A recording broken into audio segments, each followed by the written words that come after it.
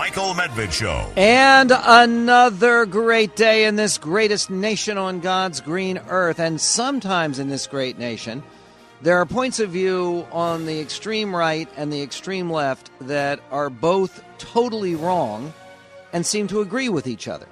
For instance, you will hear in what's associated with the extreme left that somehow Islamo-Nazi terrorism is justified, and that it is a natural reflection from people who are trying to honor some kind of honorable tradition in Islam. And of course, the Islamists will say that, well, it's absolutely required to support jihad if you are going to be a faithful Muslim. And then sometimes on the right, you will hear people say, look, it is impossible for someone to actually be a good Muslim and to be a patriotic American, and to be someone who supports American values. Well, there's a new book, and it's a book that everybody who cares about these issues should pick up and read, which is called A Battle for the Soul of Islam, an American Muslim Patriot's Fight to Save His Faith. It's by Dr. Zuhdi Jasser, who is a remarkable American. We haven't met before, but I'm greatly honored, respecting your work as I do, Dr. Jasser, to welcome you to the show. Well, thank you for having me, Michael. It's nice to be with you. It's a great pleasure. And the book is important because what you're saying is basically that being a devout Muslim and truly understanding Islam should make anyone a better American and more committed to this republic, not an America hater. Absolutely, and I think what's new and groundbreaking for this and for Americans is that, I'm not an apologist. I'm a realist. I realize that we have a lot of work to do in the Muslim community. I talk about my own narrative on how I've pushed back against Islamist Muslim Brotherhood groups in America that have really made things worse, and that they haven't dealt with the reforms that we need to do, such as core beliefs of needing to separate mosque and state, needing to push back against these global supremacist movements that they've denied existing, and actually connecting and admitting that, our Homeland Security has a whack-a-mole program, our foreign policy is a whack-a-mole program, and until we deal with the ideologies and our difficulty as Muslims in coming to terms with modernity and liberty, we won't fix the problem of radicalization and fix the problems of this supremacist mindset of the need for Muslims to form the Islamic State. And I think I talk about how the American narrative of an establishment clause, of living in freedom in a pluralist society, is the ideal system in which to practice our faith. And growing up in Wisconsin, I think that it's important that people will get some hope from reading about what I feel are the solutions to this global problem. 1-800-955-1776. The recent controversies about the so-called Quran desecrations in Afghanistan that led actually dozens of people to be killed, to violent demonstrations and explosions, and then these lavish and repeated American apologies. Did the Obama administration handle that situation well? They really didn't. This is where we're losing this battle, is that we do so much. I served in the Navy for 11 years. I joined my units on the USS El Paso when they were returning from trying to save Somalis in 1993 from their hunger and starvation problems. And the military has done, for the vast majority, so much good for Muslim nations, trying to free them from their own oppressors. And yes, we have a few bad apples here and there. That was a mistake that happened, and we should have just said, it's a mistake, but we don't need to apologize. In this defensive, weak posture, American soft power is at the lowest that it's ever been globally, and certainly the Obama administration's approach to this has weakened us even more than it ever has. And they're going to kick you while you're down, and we don't need to apologize about freedom and liberty and our desire to help Muslims free from their own oppressors in Afghanistan and Iraq, like as we did against Saddam and Mullah Omar and the Taliban, etc. So we have nothing to apologize for. We simply should have said it was a mistake and move on from there. 1-800-955-1776. We've posted the book up at our website. It is called A Battle for the Soul of Islam, an American Muslim Patriot's Fight to Save His Faith. A lot of people would say, Dr. Jasser, your book's published in the United States. You live here. You live in the state of Arizona. You're from the state of Wisconsin. You're a native-born cheesehead. Are you a Packers fan, by the way? Oh, absolutely. I went to many a Packer game up in Green Bay in 0-degree temperatures. I'm proud of my football card collection from my youth. So, yeah, I am. That's another part of your heritage. But the fact is that a lot of people would say that there really isn't a problem with the Muslim community in America. The problem is Muslim communities abroad. What you point out in your book is it's not quite that simple. It isn't, because to think that somehow Muslims like my family that came here all of a sudden turn a light switch on upon immigration and become Jeffersonian Democrats that understand Western Enlightenment and modernity is it's just unrealistic. The reality is that families like mine, I turned out the way I did. I didn't come out of a vacuum.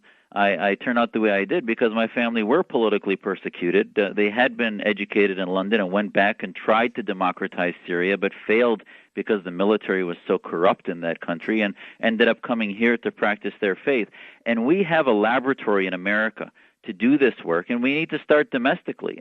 American Muslims are not watching, for the most part, CNN and Fox and listening to our talk radio. They're watching Al Jazeera, Syrian or Egyptian TV, and reading foreign media. And until we start engaging with pro-democracy, pro-liberty ideas into those communities globally, and I've seen, and I talk in the book about how my experience with some mosques, not all, but some, was a separatist mindset. Not violent. They're not advocating violence, but they're advocating a separatist mentality that it's us versus them. They push the mantra, the anecdotes of those Quran burnings, rather than pushing the anecdotes of all the wonderful good that American military is doing. So Muslim youth are growing up feeling that this country often is against them, not with them. And that's where we have to start to engage with the right Muslims, those that are pro-American, pro-liberty, and want to take the leadership in fixing the ideological conflicts that exist in the soul of Muslims here and abroad. So important. Let's go to John in Houston. You're on the Michael Medved Show with Dr. Jasser. Hi, Dr. Jasser and Michael. Dr. Jasser, I very much admire what you're doing. I follow you frequently every time I see your writings. My question is, given what seems to be a large preponderance of verses within Islamic sacred texts that do enjoin the believer towards jihad and violent jihad and offensive jihad, what resources can you look to within Islamic doctrine that can counterweigh, if you will, this large number of precepts that advocate violence towards infidels? Well, I'm so glad you asked that, because that's one of the litmus tests of figuring out which Muslims we should work with, because we need to acknowledge openly and admit that the Wahhabi, the Al-Qaeda narrative exists. It's not my Islam, but it is a Islam. If we reject that it is Islam at all, then we become people that can determine who is and who is not a Muslim, and that's a method of the Al-Qaeda version. But at the end of the day, I will tell you first, one of the last chapters in my book is about the misinterpretation of certain verses. And the reason I put it at the end is the vast majority of who I am and my moral compass and my character is well developed before I have the skill to do scriptural exegesis.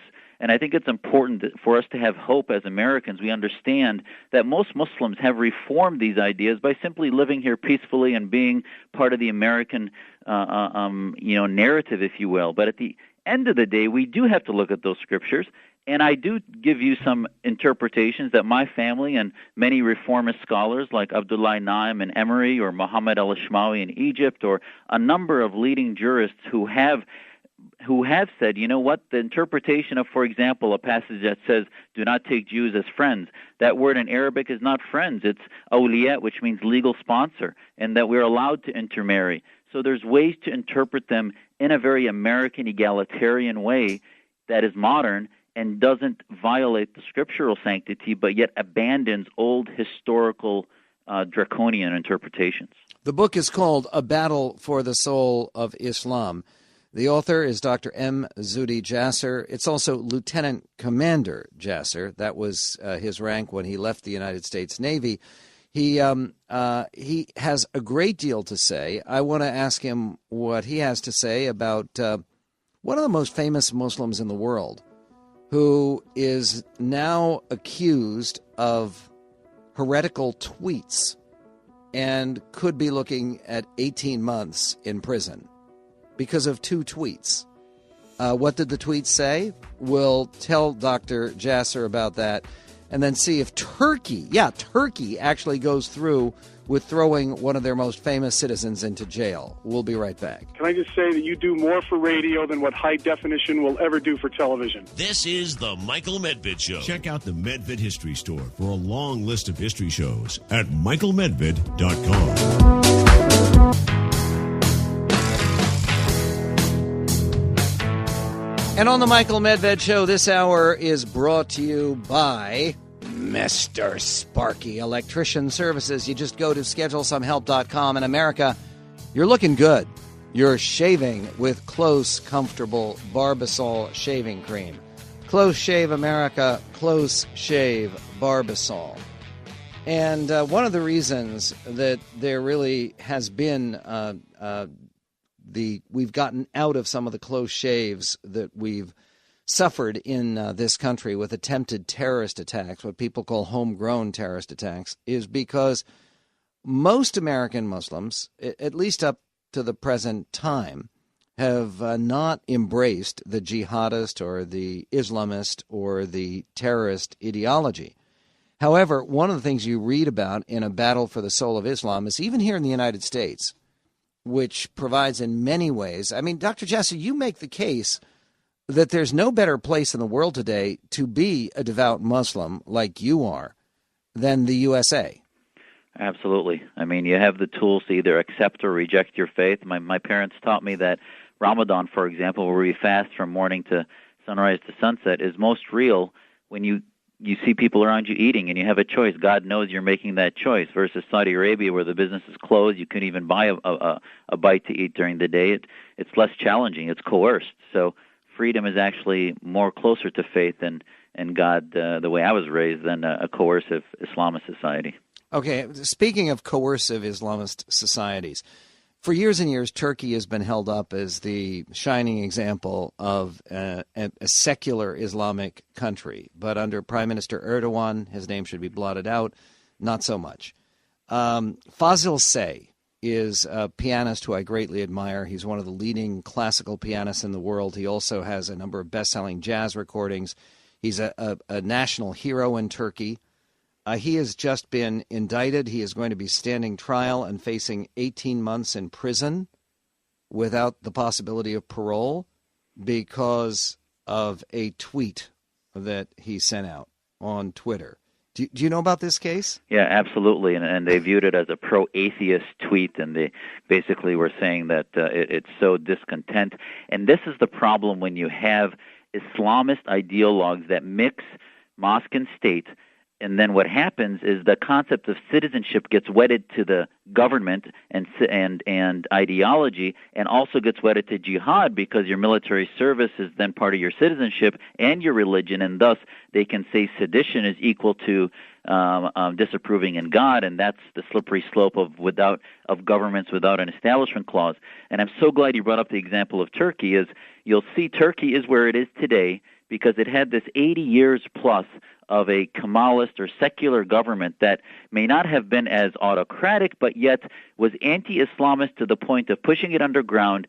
And the Muslim Brotherhood and these Islamist groups thrive underground. And this is why Europe has a much bigger problem with Islamism than even we do here. While we have the same problem, it's just not as bad, because our pro-religious secular environment, where we celebrate people's ability to practice their faith, is a better, you shed light on it, you're able to monitor hate groups, and give people the freedom to practice. And this is why we need to address this issue here, because we have the tools of public discussion of religion that are not present in anti-religious secular regimes or governments. And in Turkey, that's why now today they're dealing with a majority of Turks that believe in an Islamic government, Islamic state, and you're seeing its positions on the West and Israel change profoundly. Yeah, and when even celebrities, by the way, what Fazil Say, this famous pianist, had tweeted was, I heard a muezzin, a person doing the call for prayer, rushing the call for prayer. Maybe he was in a hurry to go out and get a drink. Yeah, I mean, this is worth 18 months in jail. Well, this is exactly. They will use him as an example, and free speech and this concept of blasphemy, etc., is a tool by which they strike fear in free thinkers, and they will sometimes make examples of leading cultural figures to do that. We saw this with increasing blasphemy convictions in Tunisia now with the maker of the movie Persepolis, who's under trial in Kuwait. Supposedly our ally is on the verge of declaring one of the most draconian blasphemy laws in the region. Unbelievable. Let us go to John in Victorville, California. John, you're on the Michael Medved Show with Dr. Jasser. Whoop, we missed John there. With Dr. Jasser. Hi, thanks for taking my call. I'd like to say, first of all, I admire you a lot, Dr. Jasser, because you have a lot of guts. You have a lot of guts. I know that it takes a lot of risk.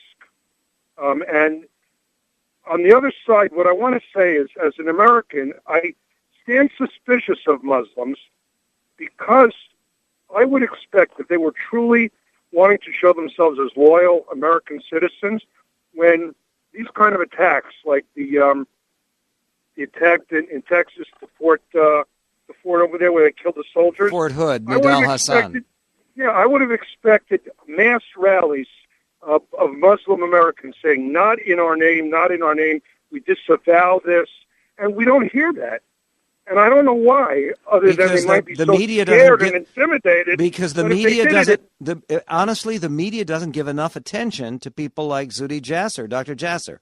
Well, this is exactly why I ask you to read my book. I talk about how we had a rally in 2004 with 400 to 500 people, Muslims, that stood up and said, we're standing as Muslims against terrorism. It had national attention and television, Fox, and newspapers, etc. The imams didn't stand with us, and I walked through all the pressure we had from, you're right, our theological leadership that did not want to make the statement. They wanted to make statements against Israel, against America, all these useless, immoral apologetics, but yet hundreds of us got there. The chapter that I think is the central part of my book is the chapter about Fort Hood. I talk about how the fact that he demonstrated, this so-called major, this doctor who came out of the same military training I did, shows that, his resume is frighteningly similar to mine. And yet he turned out 180 degrees different, an enemy of our country. Why? He didn't become a radical that day before he became, holding a gun and killing 13 of our fellow citizens and our soldiers. This was a process over a generation. His family told him America was anti-Islam, and slowly he went into this separatist mindset.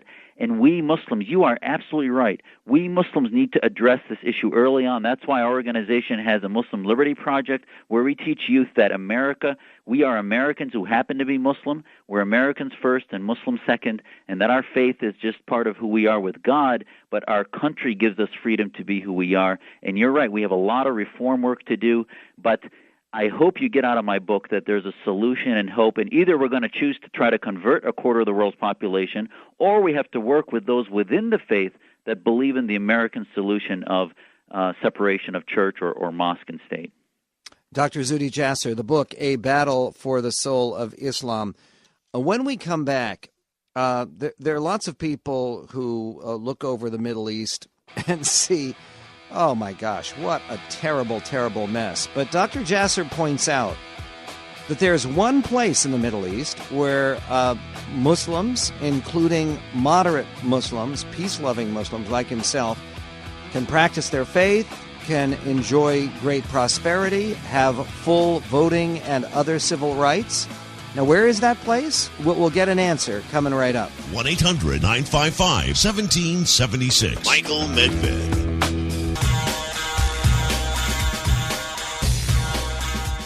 It's easy to save 15% or even more on car insurance with Geico. You just go to geico.com, or you can call 1-800-947-AUTO, and the only hard part is figuring out which way is easier. And there's no hard part when it comes to admiring somebody like Dr. Zuhdi Jasser. Information about his organization is up on our website at michaelmedved.com, plus information about his invaluable and very important book. It is called A Battle for the Soul of Islam. I hope it becomes a gigantic bestseller. I really do. And I want to say, Dr. Jasser, that one of the things that I admire most in life is the courage for people to defy stereotypes, to defy what's expected.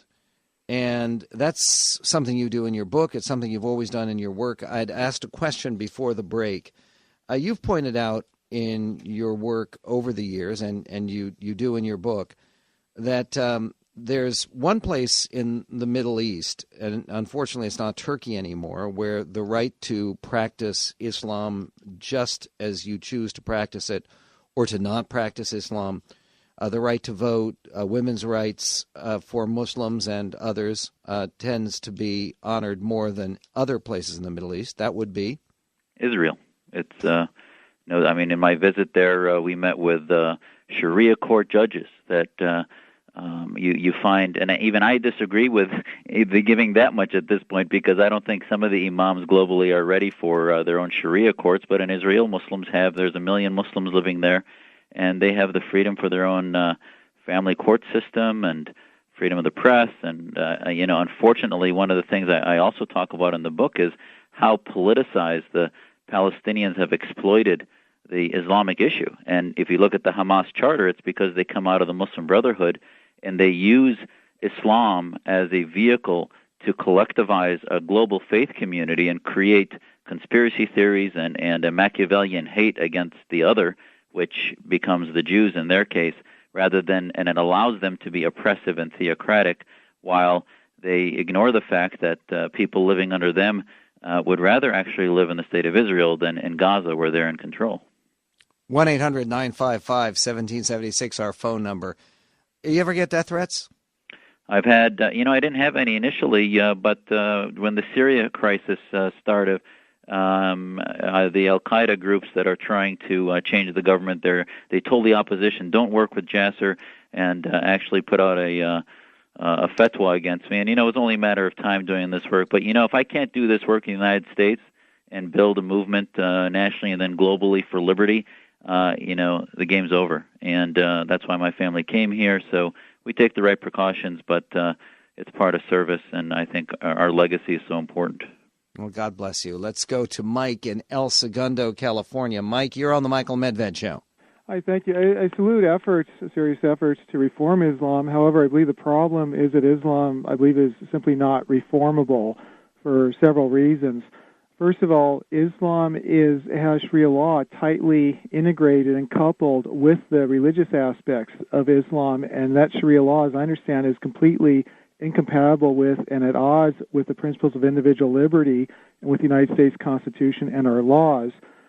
Furthermore, as I understand it, under Islam, basically under the Holy Scriptures of Islam, that it's necessary for Muslims to ultimately basically take over the world, to either convert everybody in the world to Islam, to enslave them or kill them. Dr. Jasser addresses that in his book, and he'll address it right now.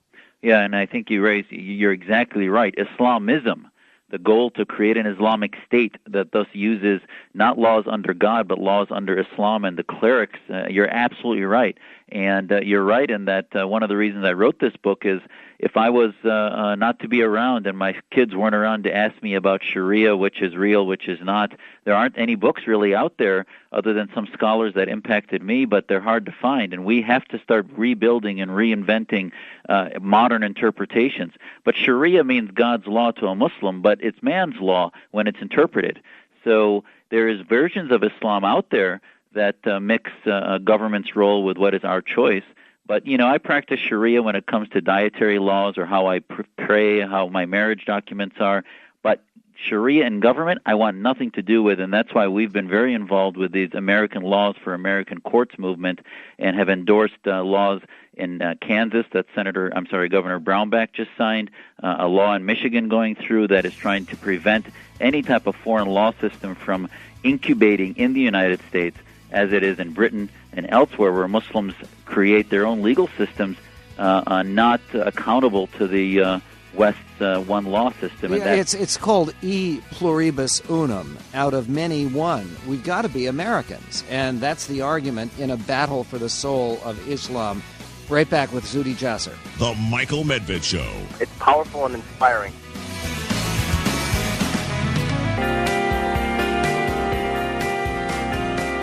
"44 minutes after the hour on the Michael Medved Show. Do-it-yourselfers, you're going to love some of the free 2-minute how-to videos that you can get from Blinds.com. They can turn you right into a pro, even if you're normally a klutz, show you how to install the merchandise all yourself.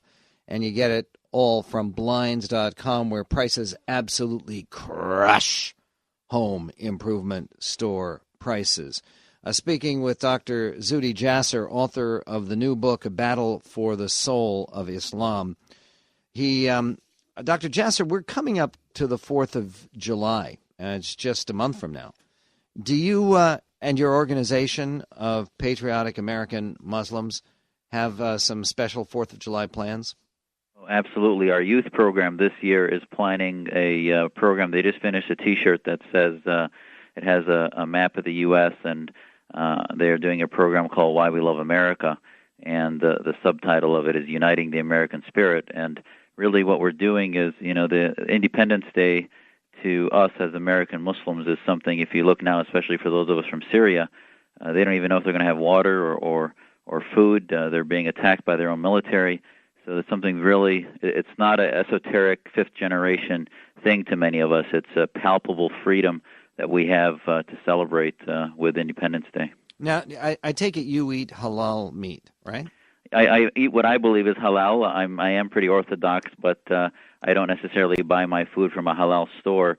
I have a modern interpretation of what halal means to me, but yes, I definitely don't eat pork, and I don't drink alcohol, and I do follow a pretty strict diet from an Islamic point of view. You know what I think would be a great idea, and you and I haven't talked about this off the air, but if someplace we could get together and do a joint 4th of July, Orthodox Jewish and religious Muslim, kosher and halal, I guess would have to give up the beer, but that's okay. But something jointly celebrating this great country, which means everything to me, and it means everything to you, and it should mean everything to every single American. Wouldn't that be a beautiful thing? Oh, there is no greater message to send, not only domestically but abroad, that Jews and Muslims can come together to celebrate our religion. I mean, even in Europe right now, France's laissez-faire policies are not only attacking Muslims but Jews. Absolutely. And this country celebrates religious freedom and gives us an opportunity that we need to give back, and that's why I would drop anything in a heartbeat to do that with you, Michael. And my book's about the fact that we have a responsibility. I end the book with a letter to my children telling them that I've started this battle against the theocrats in our faith, and it's theirs to finish, because we need to get the idea and lift up a spiritual Islam above the supremacist political Islam, because everybody's security, it's not only American, global security, this Arab awakening that's happening, hopefully they won't trade one fascism with another, hopefully they'll move towards freedom, but the American experiment we no longer need to apologize for, we need to advocate globally in a very potent, loving kind of way.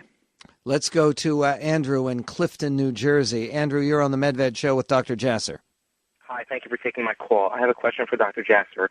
He said earlier that he was a American first and then a Muslim. Now, as an Orthodox Jew, I consider myself a patriotic American. I'm very conservative.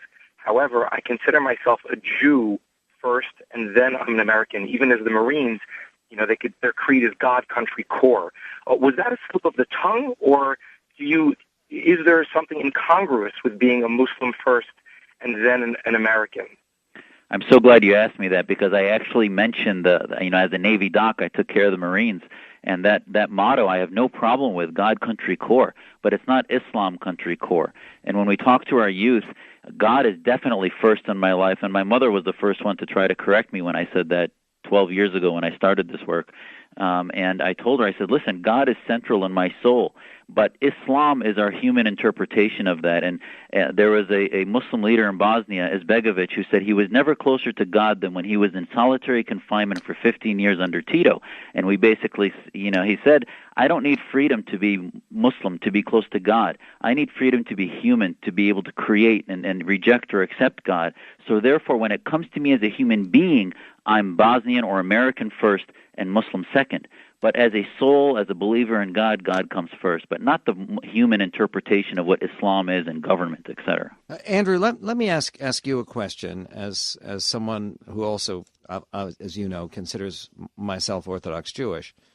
I would say, yes, certainly God comes first, but that doesn't mean that Israel comes first. I believe that God wants me to be Jewish, and I also believe that God wants me to be a fanatically patriotic American. As you know, the state of Israel really has absolutely nothing to do with Judaism per se, the religion. Exactly. It has to do with Jews, but it is not a religious state. It's a secular state. Now, I'm not making a political statement here. No, exactly right. And the reason that Israel, by the way, has worked out so well for its Muslim citizens is because it is a secular state.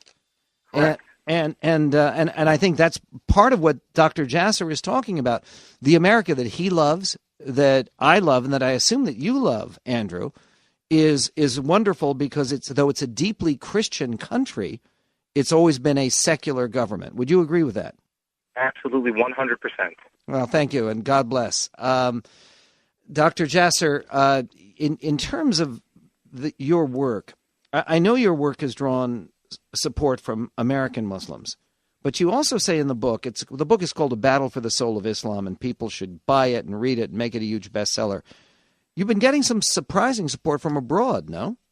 Yeah, absolutely. And this is the amazing thing is that so many Muslims that are living under oppression, especially, for example, Iranians that have lived under theocracy for so long, Muslims under these petro-monarchies, that I talk in my letter to my kids at the end. I say, I'll know you've been successful as my children when you can do your Hajj and know it's in a country that is not run by one family, one tribe, that steals the property of its citizens and claims it to be its own and uses its billions to spread hate around the world, but rather uses its money in a free market to spread love and liberty. And Hajj, of course, meaning pilgrimage to Mecca, which currently is being run by one of the least enlightened governments in the world, Dr. Zuhdi Jasser, a great American, truly. We'll be right back. From politics to pop culture and from coast to coast, this is the Michael Medved Show.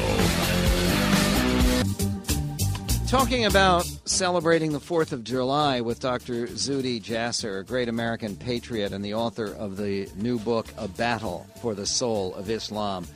It's information about the book posted up at our website. Talking about 4th of July plans, one of the things that I'm very, very proud to support is a new national campaign by Hillsdale College. And it's called Read the Declaration. They want every single American, not just the kind of devout Muslim or Orthodox Jewish gatherings that we're talking about for the 4th of July, but all American, Christians, Buddhists, Hindus, whatever. We all ought to read the Declaration of Independence, which is what the Independence Day is all about. It's 1,300 words. Read it out loud. Make it part of your 4th of July celebration, and you can get a free copy, special copy of the Declaration and the Constitution sent out to you, no charge at all, by going to medvedforhillsdale.com. Let's quickly go to one more caller for Dr. Jasser, to Carlos in Carson, California. You're on the Medved Show with Dr. Jasser. Yes, good afternoon. Dr. Jasser, I got a question for you. Yes, the Muslim Brotherhood historically has been financed by the Saudi royal family, who is in partnership with our royal corporations. There were certain banks in the United States who even set up the Muslim Brotherhood with financing Chase Manhattan Bank, Citibank, Citigroup. And so, I mean, there's quite a few ties between the Muslim Brotherhood and the Western world here, which leads people like me, people who believe in conspiracies, that radical Islam is nothing but an invention of the West to justify and pave the way for our entrance into the Middle East and seize the assets of these people. Dr. Jasser? Well, I think you raise a good point, which is, but, hold on a sec. Radical Islam, political Islam, and the supremacist mindset of oppressive interpretations of the Quran were not invented by Western companies or invented by our government. Now, certainly, our black and white, to call Saudi Arabia an ally, to call these oppressive governments that have created this ideology allies is a problem, and I do cover that very directly in my book. But, as Jim Woolsey, the former head of the CIA, said, we should each look in our mirror before we fill up our gas tanks when we look at one of the causes of radical Islam globally, and that's why alternative energies are so important, because once they no longer have a market for all that oil, the fuel for spreading their vitriol around the world will go down and go away. So you're right. That's why we don't take any foreign funding in the work I'm doing, and that's why we've encouraged American corporations to not invest in those and not areas. just alternative energies, but drilling for oil here right in the United States, right? Exactly. One last question quickly. I know that your organization is nonpartisan. Are you taking a position on the re-election of Barack Obama? Oh, I think as a doctor, as an American, I'm supporting Romney personally, and it doesn't reflect any other hats I wear, but we've headed too much towards collectivism and the left in this country, and I think it's time to recalibrate our liberty doctrine. See, I knew you were a great guy. Author of A Battle for the Soul of Islam, a great patriot for this greatest nation on God's green earth.